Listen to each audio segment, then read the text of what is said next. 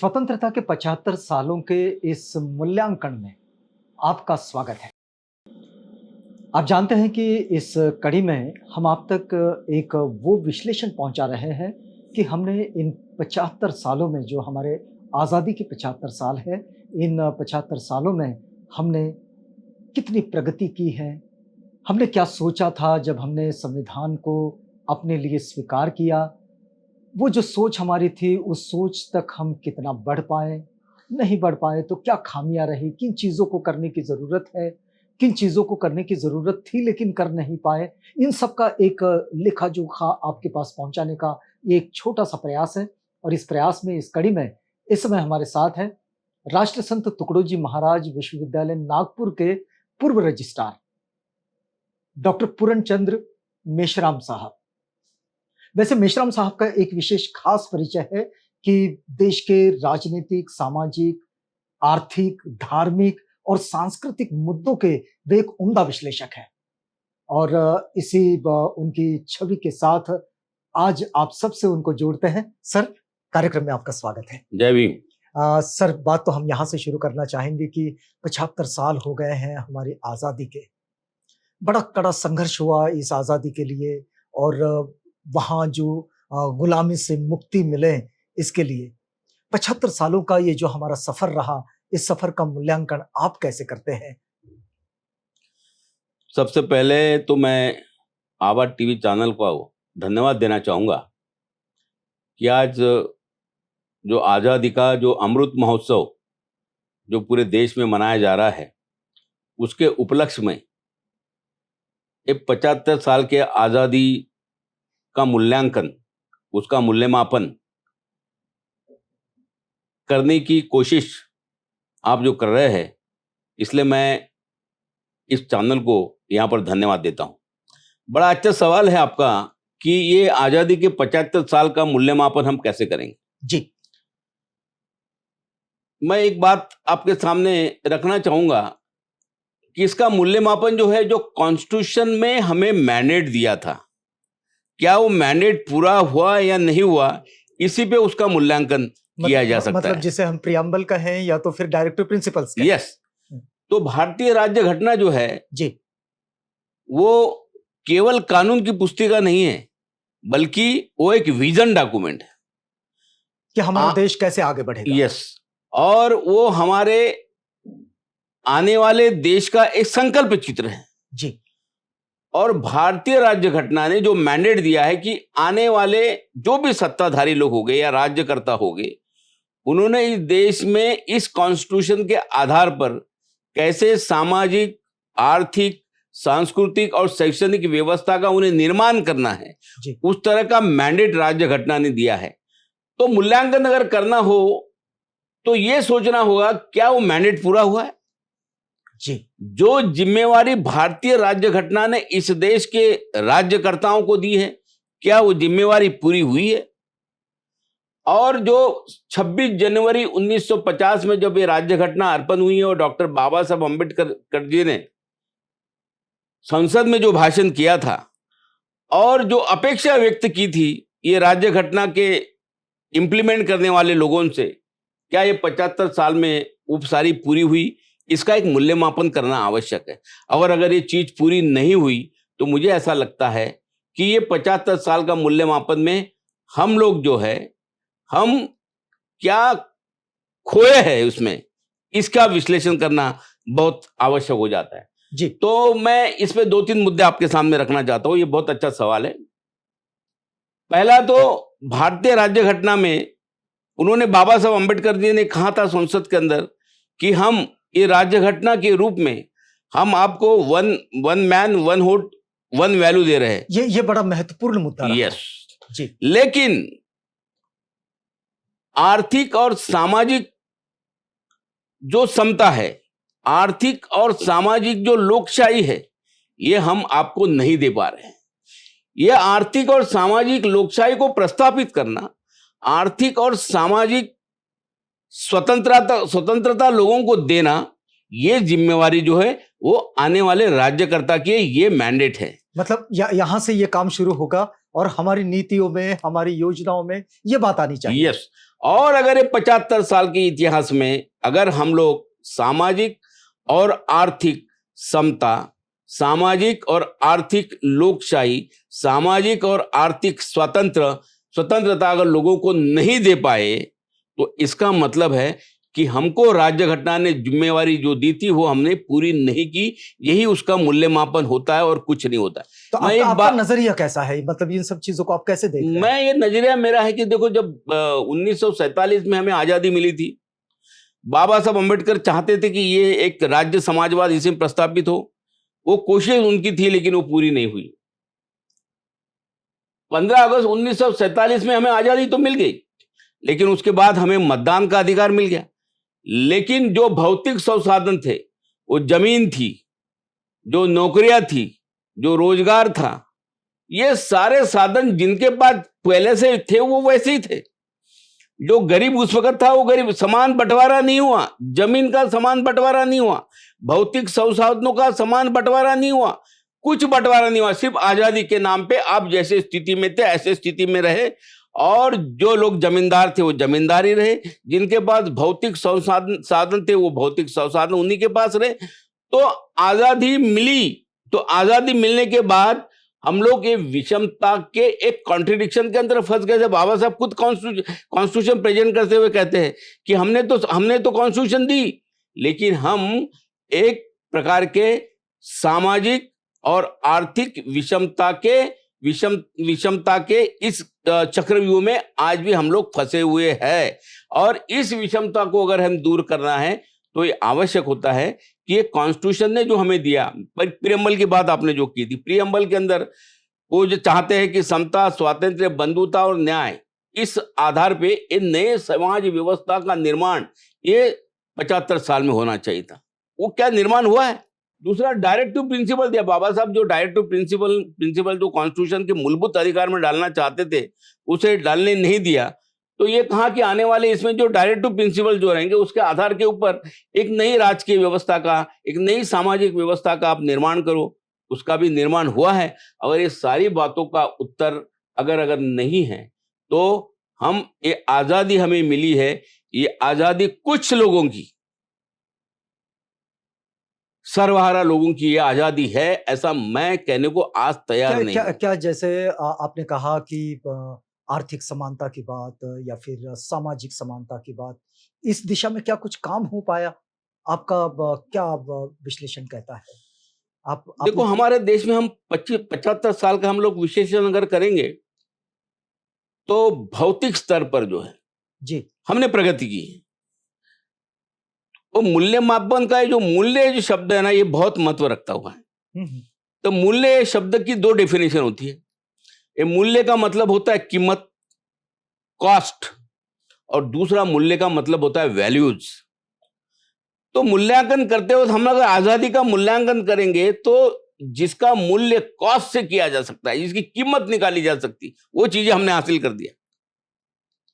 हमने विज्ञान, तंत्रज्ञान, सड़कें, मेट्रो, तुम्हारा इलेक्ट्रॉनिक मीडिया, इस स्पेस, इसमें हमने सारी प्रगति किया हुआ है। लेकिन जहां वैल्यूज की बात है, वो वैल्यूज में हम लोग 75 साल में इतने हटे। हमको मैंडेट जो दिया था कॉन्स्टिट्यूशन ने कि एक प्रकार का एक धार्मिक और जातीय सलों का इस देश में निर्माण हो। क्या सलों का निर्माण हुआ है? नहीं हुआ। हम चाहते थे कि एक सेक्युलर कंट्री ये बने, क्या ये बनी है? हम लोग नहीं बन पाए। हम चाहते थे कि इस देश के अमीर और गरीब, उसके बीच में की ये जो दरी है, अंतर है, इसको कम हो, नहीं बल्कि दिन ब दिन में अंतर बढ़ते जा रहा है। कॉन्स्टिट्यूशन ये चाहती थी कि ये देश का सवर्ण और अवर्ण, इनमें जो भी सामाजिक दरी है वो कम हो, हम देखते हैं। लेकिन हम देख रहे हैं कि ये दिन ब दिन बढ़ती जा रही है। और आज हम लोग पूरे देश में माहौल देखते हैं कि रोज नए लोग, नए वर्ग आरक्षण की मांग कर रहे हैं। इसका मतलब ऐसा है कि 1950 में जब हमें राज्य घटना मिली और कुछ तबकों को हमने आरक्षण दिया था जो सामाजिक और शैक्षणिक दृष्टि से पिछड़े थे, लेकिन आज अगर इस देश का हर तबका अगर रिजर्वेशन मांग रहा है, इसका मतलब है कि इस देश में सामाजिक और शैक्षणिक तौर पे हम दिन ब दिन पीछे गए हैं। इसलिए जो सबल ऐसा तबका था वो आज रिजर्वेशन की मांग कर रहा है, इसलिए हम लोग पीछे पीछे पीछे पीछे जा रहे हैं। मतलब और जिनको इसकी आवश्यकता नहीं थी उन लोगों ने भी इसकी मांग करना शुरू कर दिया है। इसका मतलब है कि दिन ब दिन तो क्या कि सामाजिक मागासवर्गीय होते जा रहे हैं। इसे इसे आप क्या मानते हैं? क्या हमारी नीतियों में कोई खामियां रही या फिर इच्छा शक्ति में कोई खोट रही? क्या क्या हो क्या गया? इसके पीछे का जो सबसे पहला कारण जो है, ये आप ध्यान में रखिए कि मैं किसी पार्टी को दोषारोप नहीं दूंगा, क्योंकि यहाँ पर तो 65 साल तो कांग्रेस ने राज्य किया हुआ है। उसके बाद ये कुछ अभी जो नए लोग आए हुए, ये लोग भी यहाँ पर 8 साल से राज कर रहे हैं। या नीति और नीयत में जो अंतर पड़ा है, वो सबसे इसके पीछे का बड़ा कारण है। आजादी मिलने के बाद बाबा साहब चाहते थे कि इस वर्ग का जो सर्वहारा समाज है, या इस देश का जो हैव नॉट वर्ग है, ये हैव नॉट वर्ग के हाथ में इस देश की सरकार आनी चाहिए। इस देश का जो डेमोक्रेसी जिस 4 स्तंभ पे खड़ी है, जैसा कि देश का पार्लियामेंट, इस देश की जुडिशियरी, इस देश की ब्यूरोक्रेसी और इस देश का मीडिया, ये 4 जो स्तंभ है, जब तक ये हैव नॉट वर्ग के हाथ में नहीं आएगा, या तो ये जो वर्ग है, ये वर्ग जब तक इस देश के नीति निर्धारण प्रक्रिया में शामिल नहीं होगा, तब तक इस देश में इनको आजादी नहीं मिल पाएगी। और इसलिए रिजर्वेशन की प्रोविजन की थी, अलग अलग योजनाएं इस देश में इस्टेब्लिश की थी कि जो हैव नॉट वर्ग है, इस देश का गरीब हो, इस देश की महिला हो, इस देश का आदिवासी हो, इस देश का दलित हो, इस देश का बहुजन हो, ये जो सर्वहारा जो वर्ग है, जो हैव नॉट वर्ग है, ये हैव नॉट वर्ग को इस देश के नीति निर्धारण में तुम लोगों ने पार्टिसिपेशन देना चाहिए, उसको तुमने शेयर देना चाहिए। लेकिन हम ये देखते हैं कि ये वर्ग को पिछले 75 साल में पार्लियामेंट के अंदर, इस देश की विधानसभा के अंदर, इस देश के नीति निर्धारण के अंदर कहीं भी उस शेयर नहीं मिला, ताकि वो अपने उत्थान के लिए, अपने कल्याण के लिए, अपने विकास के लिए नीतियां बना पाए। और उन्हीं लोगों के हाथ में नीति निर्धारण रहा, दो इस देश के जमींदार थे, जो इस देश के अमीर आदमी थे, जो इस देश के कास्टिज्म का जो लोग नेतृत्व कर रहे थे, जो इस देश के मनुस्मृति के इस विचारों का नेतृत्व कर रहे थे। ऐसे ही हैव वर्ग के हाथ में इस देश की सरकार आई है, और जब तक इस देश की हैव नॉट वर्ग के हाथ में सरकार नहीं आएगी, तो मुझे ऐसा लगता है कि यही एक कारण है कि ये 75 साल में हमने जिन लोगों पे विश्वास किया था, या घटनाकारों ने जो लोगों पे विश्वास किया था, वो इस उनकी उम्मीदें जो है, या उनका आशावाद जो है, या उनका सपना है, वो पूरा नहीं हो सकता। लेकिन एक बात तो इसमें है सर कि जिसको हम समझे कि हमारी पार्लियामेंट में, हमारी असेंबलीज में एक निश्चित रूप से प्रतिनिधित्व तो जाता है जो अनुसूचित जाति वर्ग का है, अनुसूचित जनजाति वर्ग का है, माइनॉरिटीज का है। ये तो अनिवार्य रूप से ये प्रतिनिधित्व जाता है। तो क्या ये कहना ठीक होगा कि उनको प्रतिनिधित्व नहीं मिला? देखो, ऐसा होते जा रहा है कि ये डर तो बाबा साहब ने भी व्यक्त किया था जी। कि जब देश हित की बात चलेगी, और पक्ष हित और देश हित, ये दो चीजें अगर तुम्हारे आंखों के सामने अगर आएंगे, तो जो लोग पक्ष हित के लिए, पक्ष हित मतलब पार्टियों का हित, पार्टियों का हित, और दूसरा है समाज हित और देश हित। लेकिन अगर जो लोग पक्ष हित की बात करेंगे और देश हित की बात नहीं करेंगे, तो ये इस देश के डेमोक्रेसी को, इस देश की लोकशाही को खत्म करने का एक रास्ता बना रहे, ऐसा बाबा साहब ने कहा। तो आज स्थिति ये निर्माण हुई है कि लोग पक्ष हित की बात कर रहे हैं, देश हित की बात नहीं कर रहे। आज हमारे देश के एक बहुत बड़े पार्टी के बड़े नेता का एक वक्तव्य है, उन्होंने कहा कि हम इस देश से सारी पार्टियां को खत्म करना चाहते हैं, हमारी पार्टी इस देश में रहेगी। तो जब हम हमारी पार्टी हमारी देश में रहेगी, इसकी अगर आप बात करते हो, तो इस देश के डेमोक्रेसी के अंदर इस देश का कोई विरोधी पक्ष नहीं रहेगा। जिस लोगों की आप मतलब लोग बात कर रहे हैं कि जो लोग पार्टी के चक्रव्यूह के अंदर या पार्टी के नीति निर्धारण के अंदर इतने फंसे हुए हैं कि वो बाहर नहीं निकल सकते, क्योंकि वो उनके पार्टी के चिन्ह पे चुन के आए हुए, उनको वही बात करनी होगी जो पार्टी कहती है, उन्हें वही बात करनी पड़ती है जो पार्टी उन्हें आदेश करती है, क्योंकि वो पार्टी के बदौलत चुन के आए हुए हैं। और आज ऐसी हो रहा है कि कोई भी पार्लियामेंट में अनुसूचित जाति जमाती के खासदार चुन के आते हैं, लेकिन सारे लोग पक्ष हित की बात कर रहे हैं, देश हित की और समाज हित की बात के लिए कोई आवाज नहीं उठा रहा। वो अपने पार्टी के नीति नियमों के गुलाम बने हुए हैं, और जिसका डर डॉक्टर बाबा साहब अम्बेडकर ने व्यक्त किया हुआ था। मत, मतलब आप ये कहना चाह रहे हैं कि जैसे अपनी अपनी पार्टियों की जो नीतियां हैं, मतलब वो जो राजनीतिक पार्टियां हैं वो अपने एजेंडा को लेकर आगे बढ़ रही है, और जो शासन प्रणाली जो संवैधानिक मार्गदर्शन के साथ आगे बढ़नी चाहिए थी वो नहीं हो पाया। नहीं हो पा रही। ये बात बिल्कुल सही है कि जो भी अनुसूचित जाति जमाती के और जो भी सर्वहारा वर्ग के जो प्रतिनिधि वहां पर चुन के आ रहे हैं, आज देखिए ना, पार्लियामेंट के अंदर तुम्हारा बजट के ऊपर का अगर भाषण रहा या कोई योजना के ऊपर का अगर भाषण रहा, तो पार्लियामेंट के अंदर जो भी प्रमुख पार्टियां है, कितना प्रतिनिधित्व मिलता है अनुसूचित जाति जमाती के लोगों को हाउस के अंदर बोलने का। आप देखिए कितना रिप्रेजेंटेशन मिलता है विधानसभा में बोलने का। वही कुछ ही लोग हैं जो बोलते हैं। अरे भाई, आपको तो बोलने के लिए हाउस में भेजा गया ना। आप जिस समाज से आप चुन के आए, जो रिजर्वेशन के राखीव मतदार संघ से आप चुन के आए, तो उनकी बात करने के लिए आप गए हो ना। लेकिन सवाल है कि उनकी बात करने का मौका जो है, उनकी बात करने का अवसर जो है, मतलब वो उन्हें नहीं मिलता है। आप ऐसे कहेंगे कि ये एक अघोषित विभाजन दिखाई देता है। बिल्कुल अघोषित विभाजन है। लेकिन एक एक स्लोगन भी तो आता है सर कि जैसे अनेकता में एकता, ये हिंद की विशेषता, और ये बड़ा प्रचलित स्लोगन है। आप कैसा देखते फिर इस पूरे परिप्रेक्ष्य में इसको? ये अनेकता में जो एकता की जो बात है, वो बाबा साहब ने ही कॉन्स्टिट्यूशन में विहित की है। जो आज बात कर रहे की विशेषता, ये कॉन्स्टिट्यूशन ही ऐसा है कि ये देश में जो अनेकता है, अनेकता का मतलब ऐसा है कि विविध भाषाएं हैं, विविध बोलियां हैं, विविध वेशभूषाएं हैं, विविध परंपराएं हैं, विविध संस्कृति है। लेकिन ये देश की सारी संस्कृति को इस देश के राष्ट्र के साथ जोड़ के रखना। तुम्हारी अलग अलग संस्कृति होगी, अलग अलग भाषाएं होगी, अलग अलग राज्य होंगे, लेकिन तुम ये राष्ट्र के साथ में अपन जुड़े रहो। ये कॉन्स्टिट्यूशन ने सारे लोगों को बांध के रखा था। एक उदाहरण है, उसके अंदर चर्चिल ने कहा था कि ये भारत जो है कभी राष्ट्र नहीं बन सकता। उनका कहना है कि जहां हजारों जातियां हैं, जहां पर लाखों इनके पंथ है, जहां पर हजारों बोलियां हैं, भाषा, ये जो वर्ग जो है, ये कभी राष्ट्र करके खड़ा नहीं हो सकता।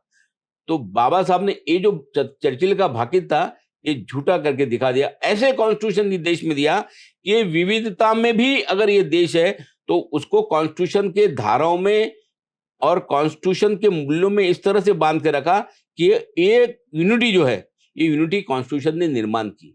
ये बात होगी। लेकिन दूसरी बात जो आपके बात के ऊपर इशारा करती है कि इस नारों का दुरुपयोग हुआ है, वो इसलिए हुआ कि विविधता है अलग अलग लोगों में, लेकिन उनमें एकता जो है, वो एकता जो है सिर्फ हिंदुत्व की एकता रहेगी। आप अलग अलग जाति में हो, अलग अलग पंथ में हो, आप अलग अलग परंपराएं करो, अलग अलग संस्कृति में रहो, लेकिन आप यूनाइट अगर होगे, तो आप किस किस बैनर पे होगे? ये जो हम धर्म कह रहे हैं, इस बैनर पे होगे। आज इस देश का आदिवासी कहता कि हम उस धर्म से हम नहीं है। इस देश का दलित कहता है कि हम उस धर्म से नहीं है। उनकी अपनी अलग संस्कृति है। ऐसे पूरे देश में जो है, वो चाहे फिर आसाम से लेके नागालैंड से लेके आप साउथ में तमिलनाडु से लेके, वो सारे तबकों में कहते हैं कि हमारी संस्कृति अलग है, हमारा धर्म अलग है। उसके बावजूद भी एक नारा बुलंद किया जाता है कि विविधताओं में एकता। ये विविधताओं में एकता जो है, जो कॉन्स्टिट्यूशन कहती है, उसके विरोध में ये सारी विविधता है। लेकिन आप जो है वो हमारे धर्म के लोग, वो लोग माने या न माने। तो फिर इसमें एक बात तो और भी उभर कर आती है सर कि जैसा ये जो सांप्रदायिक सौहार्द का जो ये विषय है, इस विषय पर आप कितनी आंतरिक चुनौतियां देखते हैं, क्योंकि अब 75 साल का ये वक्त बीत गया है, तो कितनी आंतरिक चुनौतियां देखते हैं आप? देखो, हम देखते हैं सामाजिक और धार्मिक सौदा, इसकी जो बात आप लोगों ने की, सहिष्णुता की जो बात है, ये 75 साल के इतिहास में हमें देखते कि ठीक है, हमारे मिलिट्री ने जाके पाकिस्तान के बॉर्डर के ऊपर कोई दहशतवादियों की, उनका जो ठिकाना था, उसको आप लोगों ने उद्ध्वस्त कर दिया। लेकिन 75 साल के इतिहास में आपने तो बाबरी मस्जिद को भी तो उद्ध्वस्त किया है। सवाल ऐसा है कि जो लोग बाहर से आक्रमणकारी देश में आए हुए हैं, हमारे मंदिर, बुद्ध विहार उद्ध्वस्त किए थे, लेकिन उसके बाद इस तरह से व्यवस्था की गई थी सेकुलरिज्म के नाम के ऊपर कि आप किसी भी धार्मिक स्थल को हाथ नहीं लगाओगे। लेकिन हम देखते ही 75 साल के इतिहास में हम लोग अपने हाथ से किसी एक धर्म का जो धर्मस्थल है उसे हम लोग उद्ध्वस्त करते हैं। तो कहने का तात्पर्य ऐसा है कि हमारे सारे नीतियां जो है ये धार्मिक सौहार्दता या सामाजिक सहिष्णुता निर्माण नहीं कर रही है, बल्कि ये देखा जा रहा है कि एक धर्म को छोड़ के बाकी जो लोग हैं ये कैसे हमसे अलग रहे और हम जो है उन पे कैसे राज कर सके, हुकूमत कर सके, इस बात का यहाँ पर जो है इस ढंग से यहाँ पर नीतियां चल रही है। तो क्या देश को आप बहुसंख्यकवाद की ओर बढ़ता हुआ देखते हैं? इसी बात के और देश चल रहा है। आज जो देख रहे हैं हम लोग ये सारी नीतियां जो हमारे वर्ल्ड में हिटलर और मुसोलिनी ने जो किया था कि इस देश में सारे तबके के लोग जो अल्पसंख्यक है उसको भी संरक्षण देने की बात बाबा साहब ने कॉन्स्टिट्यूशन में की थी। वो उनको इस बात का डर था कि ये बहुसंख्यक लोग जो है अपने बहुसंख्यकवाद के आधार पे जो अल्पसंख्यक लोग हैं उसके उसको वो लोग गुलाम बनाएंगे या उसे वो लोग देश से बाहर निकलने की सारी साजिश रचेंगे। इसलिए उन्होंने एक संरक्षण दिया था अल्पसंख्यकों को। लेकिन हम लोग आज देखते हैं कि ये सारी जो पॉलिटिकल गेन करने के लिए और राजकीय सत्ता प्राप्त करने के लिए आज हम देखते हैं कि ये हमारे यहाँ के 75 साल की आजादी में इस देश में विधानसभा में, लोकसभा में जो भी उम्मीदवार तय किए जाते हैं या चुने जाते हैं उसका आधार जात होता है, उसका आधार धर्म होता है, उसका आधार जो है धन होता है। कोई भी गुणवत्ता इसका आधार नहीं होता।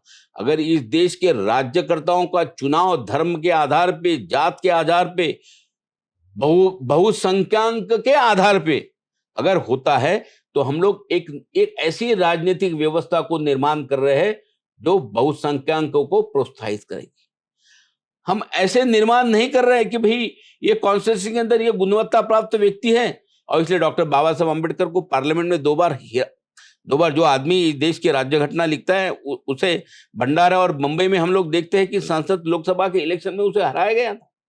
तो ये चित्र जो है बदला नहीं है, ये चित्र आज भी हमारे देश में कायम है क्योंकि जात के आधार पे, धर्म के आधार पे और बहुसंख्यकवाद के आधार पे ही हम लोग सारी पार्टियां लोगों को टिकट देती है और वही लोग इस देश का संसद चलाते हैं, वही इस देश में कानून बनाते हैं, वही इस देश में नीति निर्धारण करते हैं। तो स्वाभाविक हो जाता है कि उनकी सोच जो है वो बहुसंख्यक के और हम लोग कैसे इसको इस्टेब्लिश करेंगे इस बात के और उनके सारे धोरण तय है। और आज जो चित्र हम लोग देखते हैं वो चित्र उससे अलग नहीं है। तो आज को अल्पसंख्यक जो आदमी इस देश का है वो दलित हो, आदिवासी हो, मुस्लिम हो, ये सारे लोगों को हम इस देश में सुरक्षित है या नहीं है, हम सुरक्षित है या नहीं है, इसकी बहुत बड़ी चिंता है, चिंता का विषय है। 75 साल के इतिहास में अगर हम लोग इस देश के अल्पसंख्यकों के दिल में अगर सिक्योरिटी की भावना, संरक्षण की भावना अगर हम लोग निर्माण नहीं कर पाए, इसमें बहुत सारी चीजें खोई है, हमने पाया कुछ नहीं है। ऐसा एक चित्र निर्माण। लेकिन अभी ये तो सारी जो स्थिति आपने बताई, लेकिन अगर ये मान के चला जाए कि इन स्थिति को बदला जाए, इन स्थिति को ठीक किया जाए, तो इसके लिए पहल कौन करेगा? क्या इसके लिए शासन के स्तर पर ही पहल होनी चाहिए या फिर सिविल सोसाइटीज भी इसके लिए कुछ कर सकते हैं? आपकी मान्यता क्या कहती है?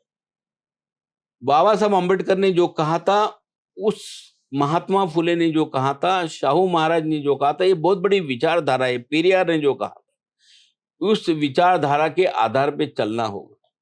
एक बगल में भारतीय राज्य घटना और दूसरे बगल में मनुस्मृति लेके ये देश को भवितव्य नहीं है। एक देश में एक बगल में आप समता, स्वातंत्र्य, बंधुता, न्याय की बातें करोगे और दूसरी तरफ से आप तो विषमता, धार्मिक असहिष्णुता, जातिवाद, धर्मवाद, चातुर्वर्ण, इसकी बात करोगे तो देश नहीं चल पाएगा। जहां जहां विश्व में बौद्ध धर्म का प्रसार हुआ, प्रचार हुआ, या बौद्ध विचारों पे जो देश खड़े हुए, उसका कारण है कि उनकी करनी और कथनी, उनकी राज्य घटना और उनका धर्म एक दिशा में चलता आया, इसलिए हुआ है। तो ये दोनों जो हम हमारे बगल में कॉन्स्टिट्यूशन लेकर और मनुस्मृति लेके हम लोग चलेंगे तो विकास नहीं होगा। ये कारण है कि तुम्हें अपने दिलो दिमाग से जो राज्य घटना के खिलाफ में जो मूल्य है, वो मूल्यों को तुम्हारे दिलो दिमाग से निकालना पड़ेगा, एक बात। दूसरी बात है कि डॉक्टर बाबा साहब अम्बेडकर ने जो राज्य घटना के रूप में, या इस देश ने बोलो, जब राज्य घटना हमारे पार्लियामेंट ने एक्सेप्ट की थी, तो ये उस वक्त के जो देश आजाद होने के बाद में जो लोगों के हाथ में सरकार आई और उन्होंने आने वाले सारे जनरेशन को जो मैंडेट दिया, उन लोगों ने ये सोचा था कि ये समता, स्वातंत्र्य, बंधुता, न्याय, इस मूल्य के आधार के ऊपर ये नई समाज व्यवस्था का निर्माण हो। उस मूल्यों की संस्कृति निर्माण करना ये आज बहुत बड़ी आवश्यकता है। तो जब तक कॉन्स्टिट्यूशनल कल्चर नहीं होगा, हमारे यहां पर क्या हो गया, सांस्कृतिक घटना का निर्माण कर रहे हैं लेकिन घटनात्मक संस्कृति निर्माण नहीं कर रहे। ये बात आप लोगों ने ध्यान में रखना है। जो लोगों की पहले संस्कृति थी उसकी घटना कैसे निर्माण करेंगे, उसके तरफ लगे हुए, लेकिन जो घटना अस्तित्व है उसकी संस्कृति हम कैसे निर्माण करेंगे, इसकी यहां पर व्यवस्था नहीं हो। और जब तक इसकी जरूरत है, इसकी जरूरत है। चलिए चलते चलते एक और सवाल आपसे पूछना चाहेंगे कि लोकतंत्र जो है उसमें एक बात बड़ी शिद्दत से कही जाती है कि भाई लोकतंत्र वही मजबूत होता है जहां विरोधी मत होता है, उसका सम्मान होता है। वर्तमान भारत की स्थिति को देखते हुए आपकी टिप्पणी क्या होगी? बहुत अच्छा सवाल है आपका।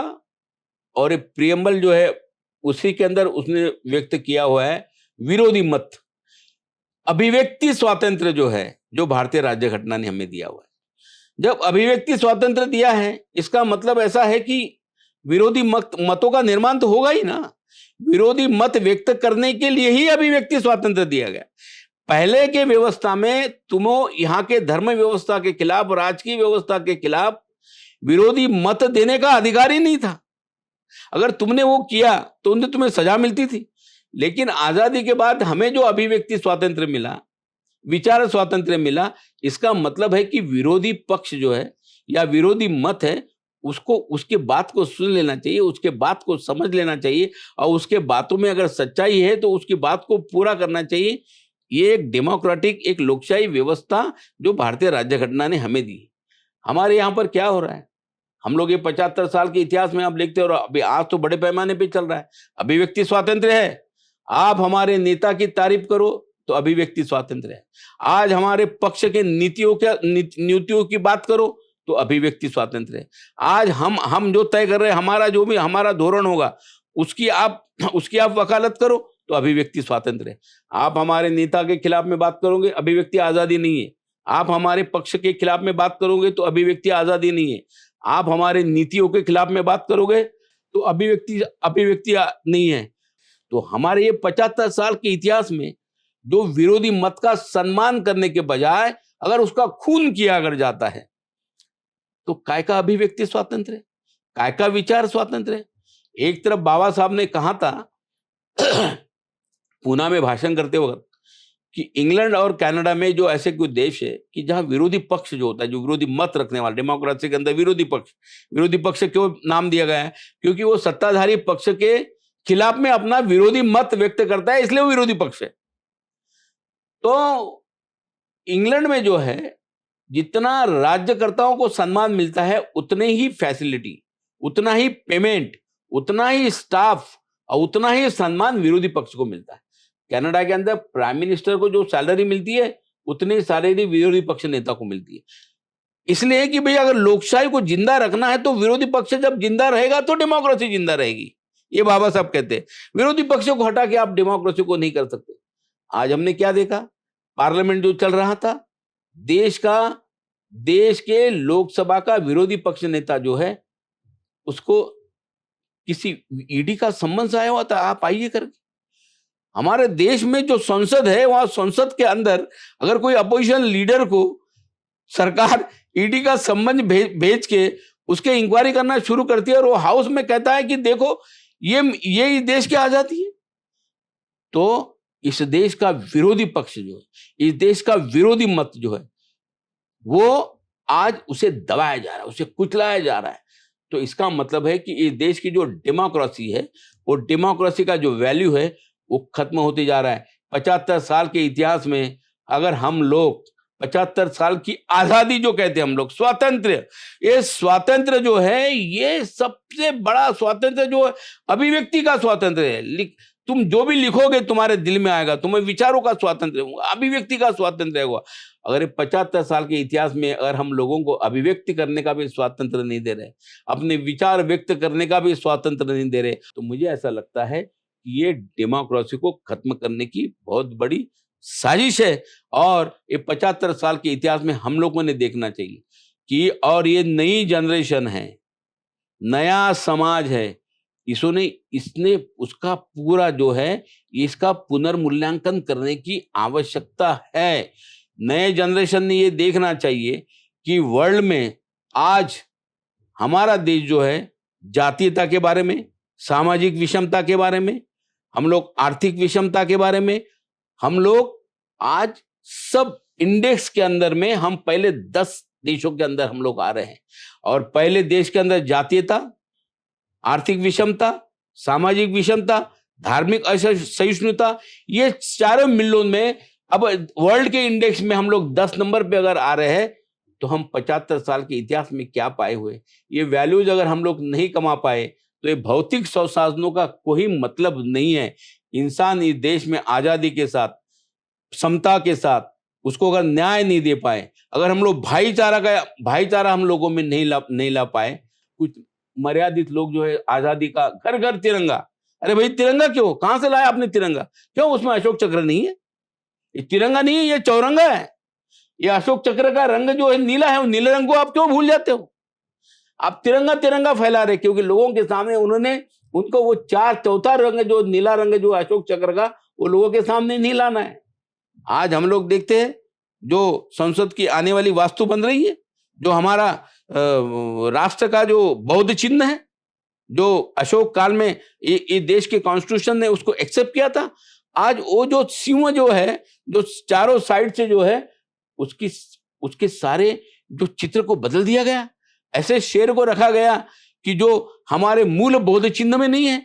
तो इसका मतलब है इस देश की जो कॉन्स्टिट्यूशन की जो सांस्कृतिक धरातल है, वो धरातल को, लोकशाही को, इस देश के समाजवाद को, इस देश के सेक्युलरिज्म को, इस देश के समता, स्वातंत्र, बंधुता, न्याय को, इस देश के विज्ञानवाद को मानने वाले जो तमाम लोग हैं, ये तमाम लोगों को एक जगह पर आकर ये बात को सोचना पड़ेगा। क्रांति हर देश में हुई है, यहां पर भी हो सकती है। चलो एक नई क्रांति की शुरुआत करेंगे। और ये आजादी जो है, जो भारतीय राज्य घटना ने हमें आजादी का जो व्याख्या दी थी, भारतीय राज्य घटना ने जो हमें आजादी का जो सपना दिखाया था, जो चलचित्र दिखाया था, जो संकल्प चित्र दिखाया था, जो विजन डॉक्यूमेंट दिया था, उसके आधार पे एक नए आजादी की मूर्त में करने की आज जरूरत है। वक्त बहुत बीता, 75 साल बहुत बड़ा अरसा होता है। ये 75 साल में हम लोग अगर रास्ते ही जोड़ दिए होंगे, हमने नदियां ही जोड़ दिए होंगे, लेकिन अगर इंसान अगर टूट गए होंगे तो वो रोड जोड़ने का जो भी विकास है उसे कोई अर्थ नहीं होता अगर हम लोग आदमी नहीं जोड़े होंगे। विकास की अपनी परिभाषा होती है। भौतिक विकास, ये विकास होगा, इससे हम लोग अपने विकास को नाप सकेंगे, माप सकेंगे, तौल सकेंगे।